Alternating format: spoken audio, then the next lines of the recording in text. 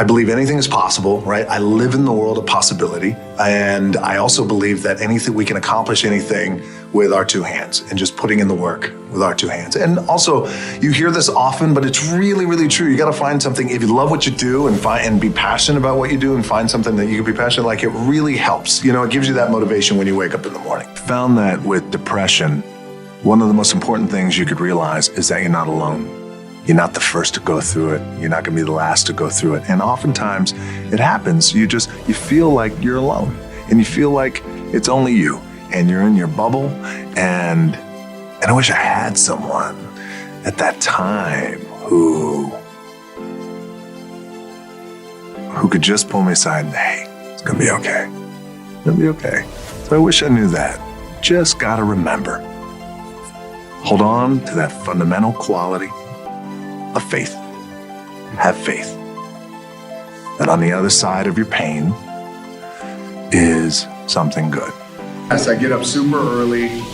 Generally, I have this thing where I like beating the sun up, not just in terms of before the sun comes up, I have to get up.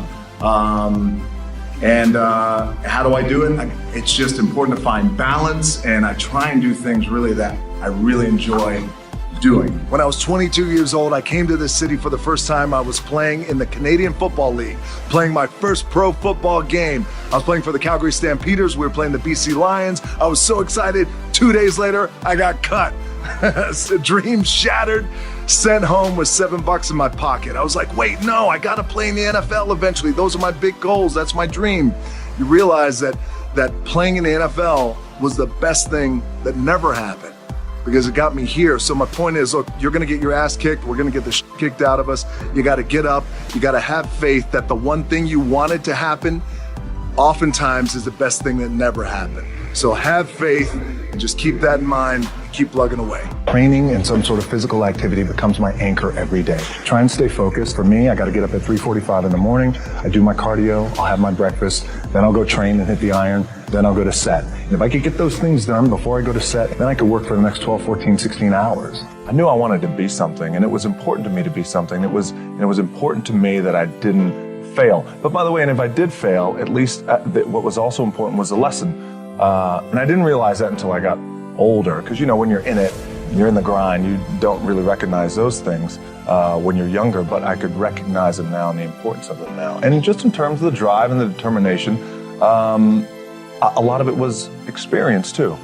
Get your ass kicked, get back up, and you put the gloves back on and you swing away. And I was 16 years old. That was the last time that I was arrested. And at that time, we were at an all-time low, I think, with our family. And at that time, we were living in Bethlehem, Pennsylvania.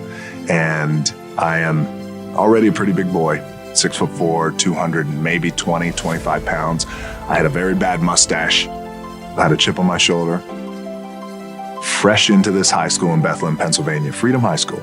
I wanted to use the bathroom, but I didn't want to use the regular boys' bathroom because the boys' bathroom smelled like smoke and all the other fun stuff that boys' bathrooms smell like. So I'd go into the teacher's lounge and a teacher comes in. His name is Jody Swick. Tough guy. He says, hey, you can't be in here.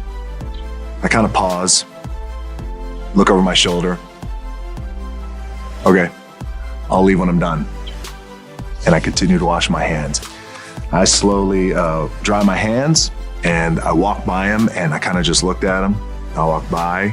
He looked at me, didn't say a word, but he was fuming. I went home that night and I felt bad. I just felt bad. Very next day, I found him and I went to see him in his class and I said, I just want to apologize for how I acted yesterday and I'm sorry. And I stuck my hand out and he looked at my hand and looked at me, looked at my hand again. He shook my hand. I'll never forget that shake. He wouldn't let it go. He said, I want you to do something for me. Yes? Why don't you come out and play football for me? I said, okay. He said, all right.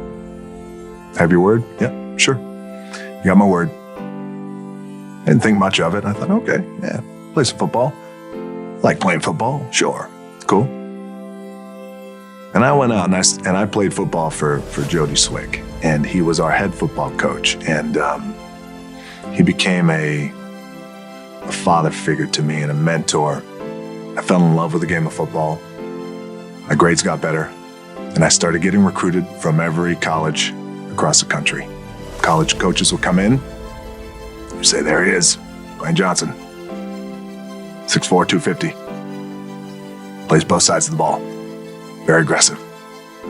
My thought process started to change. That's when I started thinking about goals and what I wanted to accomplish. And I love that man. I'll never forget the impact that he had in my life. And the reminder and my takeaway from that amazing relationship that I had was the empathy that he had for a punk kid who treated him so rudely and disrespectfully. He looked past that BS and said, I believe in you and I want to turn you around.